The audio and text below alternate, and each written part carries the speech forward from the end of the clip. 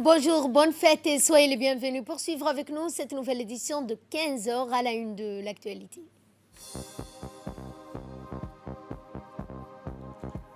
Célébration de la fête de la Eid al-Fitr à travers tous les pays, mais aussi dans le monde.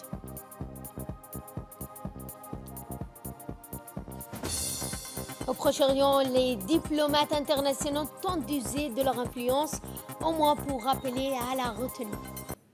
Bonjour à tous. C'est à l'instar du monde musulman, la République de Djibouti célèbre aujourd'hui, donc dans la joie et l'allégresse, la fête de la Eid al-Fitr. Et comme à l'accoutumée dès le lever du soleil, tous les fidèles de la commune de Razika se sont retrouvés pour participer à la prière collective de la Eid organisée au grand terrain Aouled, 6 au plateau du Serpent dans la commune de Razika.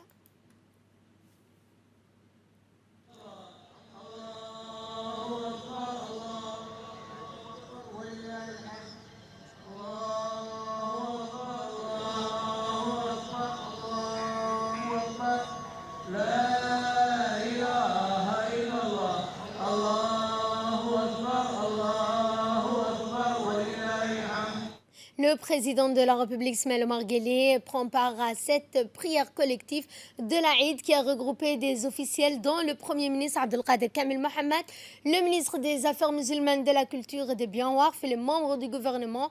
Des simples anonymes étaient tous au rendez-vous ce matin à l'occasion de la Eid al-Fitr.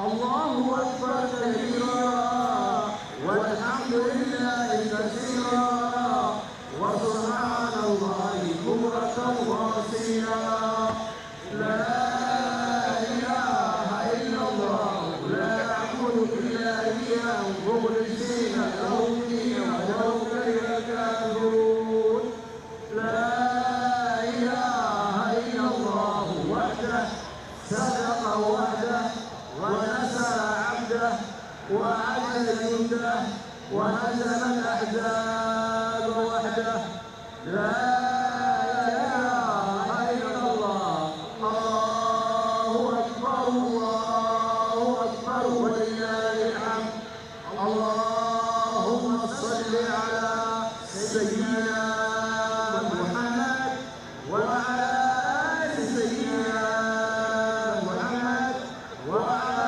أصحاب سيدنا محمد وعلى أصحاب سيدنا محمد وعلى أزواج سيدنا محمد وعلى ذرية سيدنا محمد وسلم تسليما كثيرا. الله أكبر الله أكبر الله أكبر الله أكبر الله أكبر الله أكبر الله أكبر الله أكبر الله أكبر الله أكبر الله أكبر الله أكبر.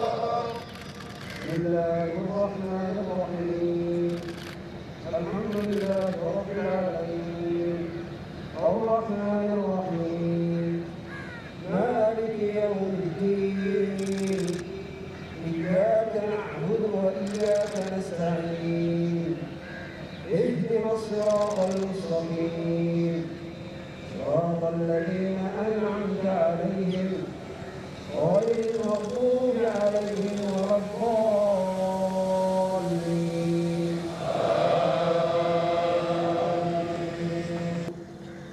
الله أكبر الله أكبر سمع الله لمن حمده ربنا ولك الحمد. الله أكبر الله أكبر الله أكبر الله أكبر الله أكبر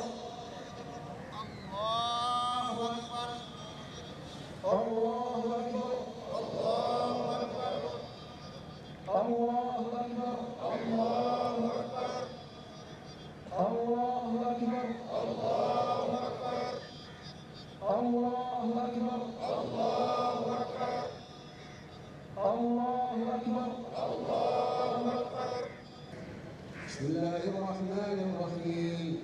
أرأيت الذي يكذب بالدين فذلك الذي يدع اليتيم ولا يحض على طعام المسكين فويل للمصلين الذين هم عن صلاتهم ساهون الذين هم يراءون ويمنعون الماعون.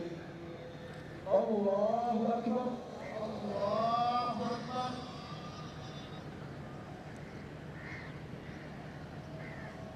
سمع الله لمن حمده.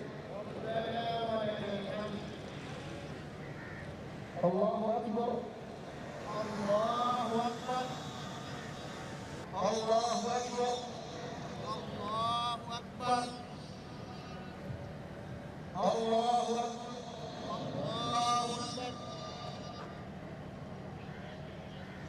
الله أكبر الله أكبر.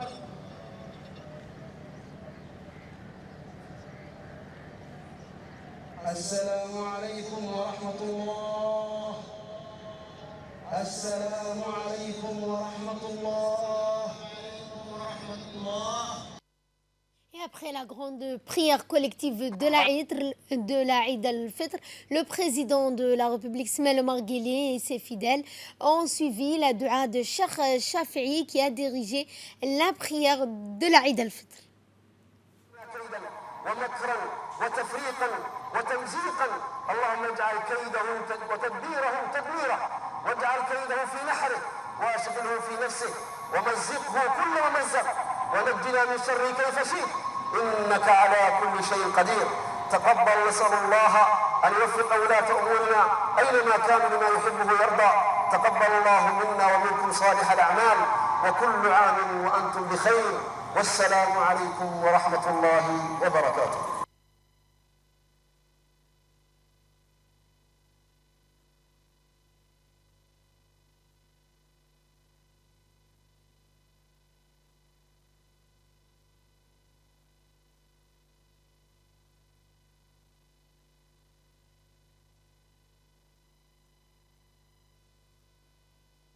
Toujours concernant la Eid al-Fitr, plusieurs autres sites de la capitale ont été aménagés à l'occasion de la prière qui a accueilli de nombreux fidèles, dont notamment la commune de Belhouz.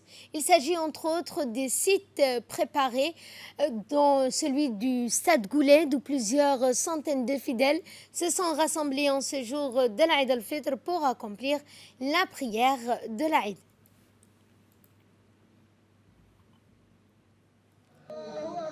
كبيرا والحمد لله كثيرا وسبحان الله بكرة وأصيلا ونصر عبده وأعز جنده وهزم الأحزاب وحده لا إله. اللهم صل على سيدنا محمد وعلى آل سيدنا محمد. الله أكبر الله أكبر الله أكبر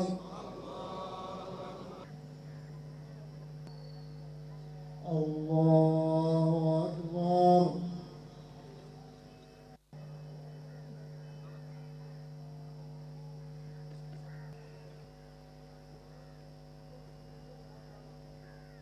اليوم نودع شهر الصيام وشهر التوبة والغفران وشهر الإحسان والقرآن. اليوم نودع هذا الشهر أيها الأحبة. إننا اكتسبنا من رمضان خيرات كثيرة ويجب المحافظة على ما اكتسبناه من شهر رمضان من خير ومن صلاة ومن صدقة ومن قراءة القرآن ومن ذكر الله سبحانه وتعالى.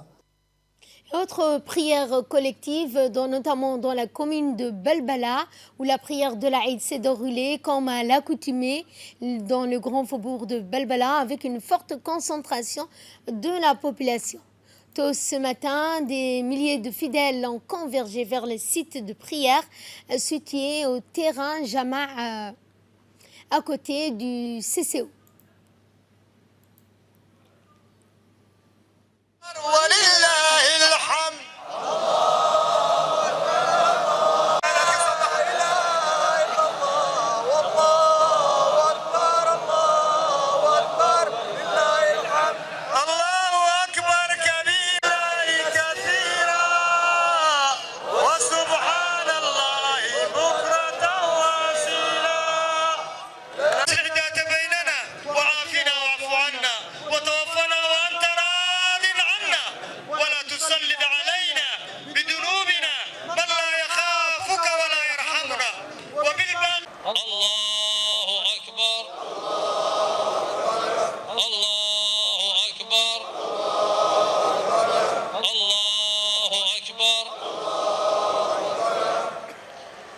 بسم الله الرحمن الرحيم صراط الذين أنعمت عليهم غير المغضوب عليهم ولا الضالين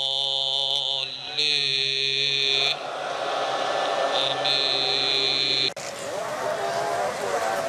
الله أكبر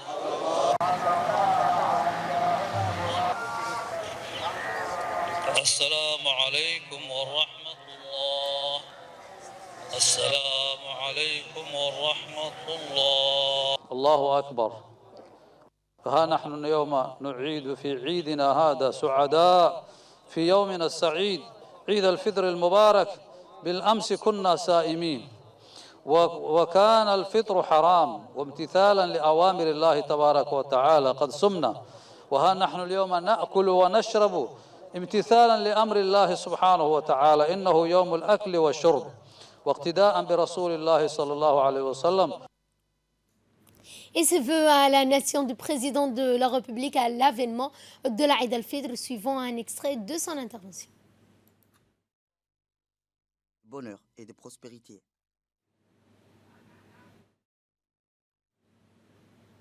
Bonnes œuvres de piété, de recueillement, de pardon et de charité consenties par notre société durant le mois béni du Ramadan. En ce jour de fête, mes pensées vont naturellement à l'ensemble de nos concitoyens, a-t-il affirmé. À nos forces armées et de sécurité, je ne trouverai jamais les mots justes pour leur dire combien la nation leur est reconnaissante pour faire valoir l'intégrité du territoire et la sacralité des biens et des personnes, a-t-il déclaré en substance. Autre composante de nos forces vives, au premier rang desquelles en ce temps de Covid-19, notre corps médical et de santé, je tiens à lui adresser mes chaleureuses félicitations et l'assurance parfaite de mon estime et soutien dans le combat salutaire de notre société contre la pandémie, a-t-il indiqué le chef de l'État. Sans le professionnalisme et le sens élevé des responsabilités et du patriotisme dont ils font montrer notre pays n'appartiendrait pas, comme c'est toujours le cas, au cercle restreint des nations marginalisant le spectre douloureux de cette pandémie planétaire, a-t-il souligné. Je forme le souhait que les récents recadrages entrepris dans la lutte contre le Covid-19 seront de nature à restaurer l'ascendance totale que notre pays avait réussi à avoir sur cette maladie lors de sa première apparition chez nous, a-t-il poursuivi, exhortant ses compatriotes à rester vigilants et à continuer à se conformer aux consignes des autorités sanitaires. Le chef de l'État a mis ensuite à profit son message de vœux à la nation à l'occasion de l'Eid al-Fitr pour toucher mot aux principaux événements portés à l'ordre du jour de notre pays dans un proche à passer.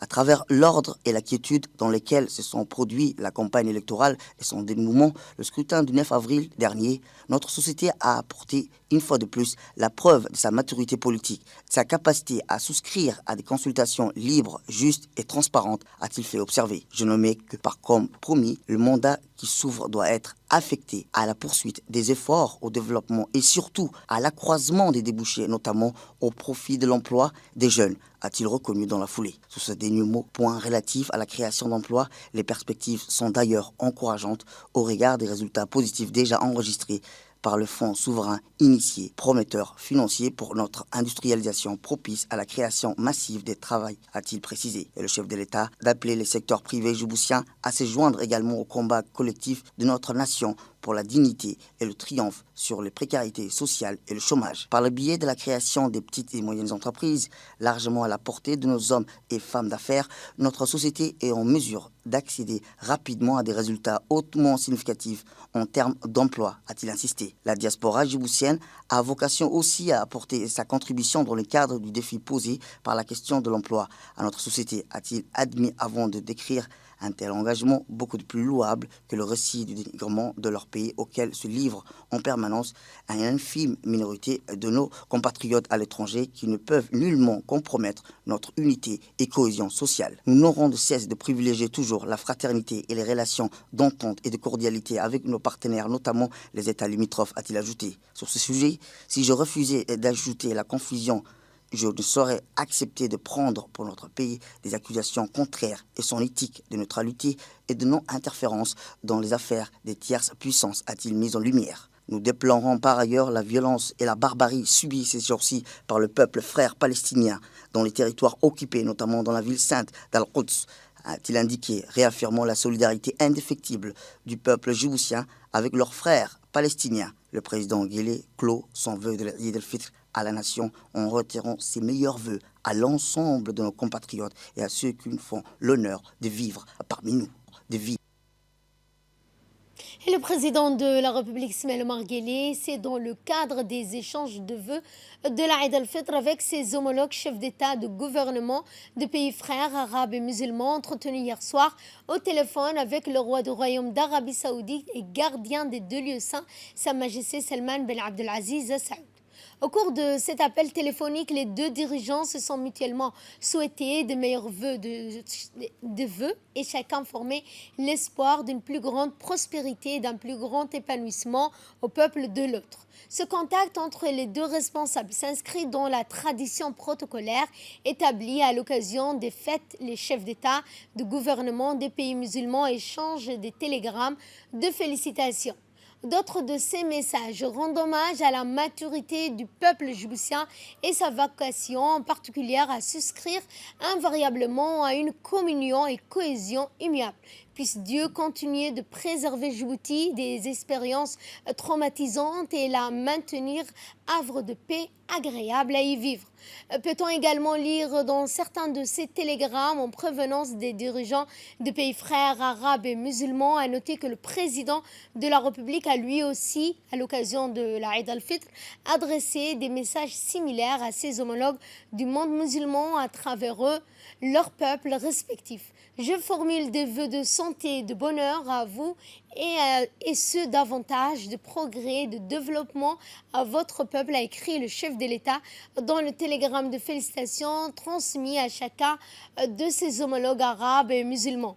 À noter qu'il mit par ailleurs à profit l'occasion de la Eid al-Fitr pour former l'espoir d'une plus grande connivence et complémentarité entre musulmans et les autres composantes culturelles religieuses du monde. Puisse Dieu accepter notre prière afin que les différences de conviction, de croyance soient davantage perçues comme des sources de richesse, de complémentarité et non des sources de conflit, de tension, a-t-il noté en ce sens.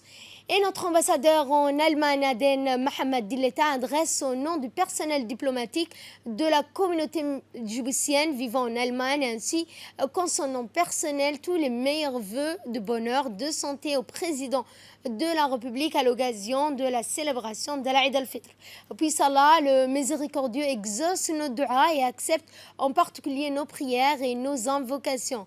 Alors recouvre notre pays, notre communauté djiboutienne de sa protection pour que notre pays puisse rayonner au long de ce nouveau quinquennat qui fait suite à votre brillante réélection, a-t-il écrit, et a notamment présenté ses vœux pour la fête de la Eid au président de la République en indiquant que celui-ci coïncidé cette année avec la cérémonie d'investiture du président de la République à la magistrature suprême. Fin de communiqué.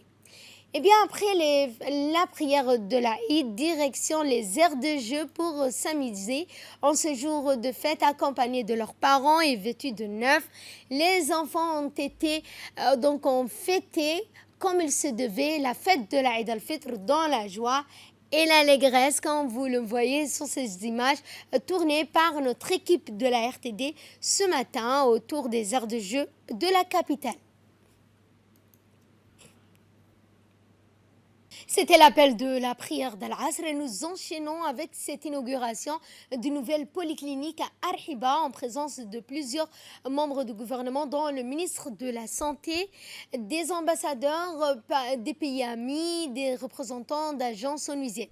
En effet, le ministre de la Santé, Mohamed Ouarsama Dirié, était accompagné lors de cette cérémonie inaugurale par le ministre des Affaires étrangères, Mahmoud Ali Youssouf, le ministre du Transport, Moussa Mohamed Ahmed, le ministre délégué à la décentralisation, Hamadou Mohamed Aramis.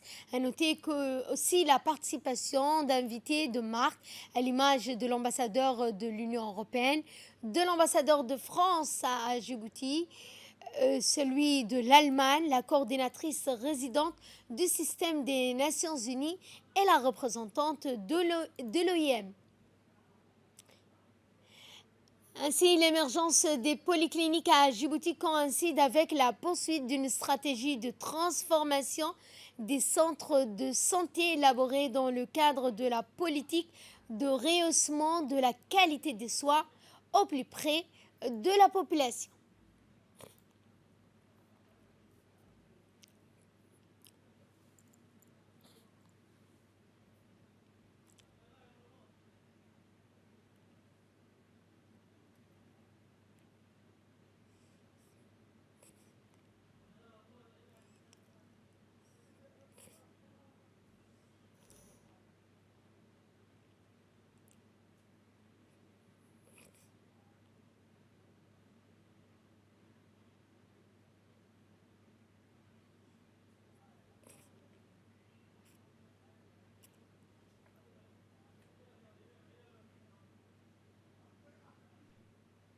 Et en tant que principaux bailleurs de fonds, l'ambassadeur de l'Union européenne et la représentante de l'OIM ont réaffirmé le soutien et l'appui de leur institution aux efforts du gouvernement pour le développement et la modernisation du système de santé à Djibouti. Par l'OIM, en collaboration avec le ministère de la Santé, et fait partie d'un projet plus général qui consiste à réhabiliter, à construire 6 structures de santé à Djibouti, grâce à l'appui de l'Union européenne, que je tiens à saluer ici. Ce projet nous a également permis d'aider le gouvernement djiboutien dans la réponse au Covid-19, nous a permis de mettre en place des programmes de renforcement des capacités au profit des membres du ministère de la Santé, nous a permis de mettre en place une surveillance épidémiologique le long du corridor migratoire, et a permis de faire un ensemble d'actions au profit de la population djiboutienne et des migrants en collaboration avec le ministère de la Santé et tous les ministères impliqués. J'espère donc que cette nouvelle clinique permettra de renforcer l'accès aux soins des populations djiboutiennes et des populations migrantes et que toutes les personnes de la région, de la zone, auront ainsi un meilleur accès aux soins de santé. Je félicite et l'OIM et le ministre de la Santé et son ministère pour la finalisation de la réhabilitation et la construction de 3 blocs supplémentaires de la polyclinique d'Arhiba. Ces 3 blocs sont destinés aux urgences, aux services de gynécologie et à l'hospitalisation. Et nous savons combien les infrastructures et le matériel médical peuvent sauver des vies. Et donc, c'est un impératif maintenant que ces ressources coûteuses, précieuses et fragiles soient entre nous et utilisées avec soin pour assurer leur pérennité. Et dans le cadre de la crise sanitaire mondiale, je souhaite saisir cette opportunité pour rappeler combien l'Union européenne et ses États membres ont été aux côtés du gouvernement djiboutien depuis l'apparition de la pandémie. Et Le ministre délégué à la décentralisation, Hamadou Mohamed Aramis, a salué la bonne marche de la politique sanitaire de notre pays qui vise à renforcer la résilience de notre système de santé. Le ministre des Affaires étrangères a également loué la coopération exemplaire menée par l'Union européenne et les agences des Nations unies, dont l'OIM, qui accompagne le gouvernement djiboutien dans sa quête de la couverture sanitaire universelle. Cette fois, nous entendrons le mot du ministre de la Santé à cette occasion de l'inauguration de la polyclinique d'Arhiba. C'est avec un très grand plaisir que nous inaugurons ce matin la nouvelle polyclinique d'Arhiba. La mise en place de cette nouvelle polyclinique s'inscrit dans la dynamique initiée il y a déjà plusieurs mois, celle de la transformation des centres de santé communautaires en polycliniques, créant ainsi un niveau intermédiaire des soins de santé de deuxième niveau et atteignant la pression exercée sur les hôpitaux de référence. Nous en comptons aujourd'hui 6 polycliniques qui constituent l'offre de soins au niveau intermédiaire de la pyramide sanitaire, portée au plus haut niveau par le chef de l'État, son Excellence M. Ismaël Omar Guelleh. Ces polycliniques offrent désormais des soins de santé spécialisés de qualité, diversifiés et rapprochés pour les populations vivant dans les quartiers les plus denses de la ville de Djibouti. Des quartiers comme celui d'Arhiba, où populations migrantes et réfugiées se fondent dans la communauté locale, hôtes et bénéficieront d'un accès équitable aux soins de santé. En début de perturbations majeures entraîné par la pandémie de Covid-19, le ministère de la Santé a su tenir le cap à travers la mise en œuvre de son programme de développement sanitaire d'ensemble. La polyclinique dans laquelle nous nous trouvons aujourd'hui comporte 3 nouveaux services. C'est le bloc de la maternité, le bloc des urgences et le bloc des spécialités couvrant la stomato, l'ophtalmo, la radiologie et l'ORL. Cette nouvelle structure offre un paquet de soins standardisés, des équipements modernes et un système d'accueil et d'orientation adéquat pour mieux répondre aux besoins de santé de la population.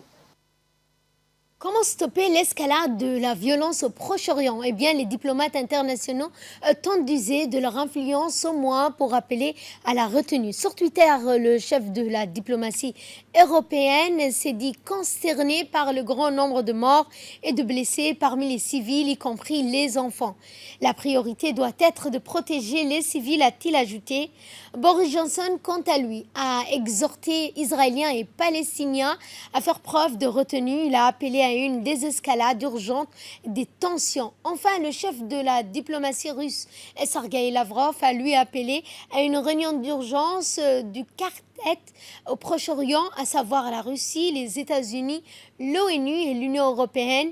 Le Conseil de sécurité de l'ONU a tenu ce mercredi une nouvelle réunion d'urgence, mais une fois de plus, il a échoué à s'entendre sur une déclaration commune. Fin de ce journal, merci à vous de l'avoir suivi. Excellent après-midi et très bonne fête à toutes et à tous.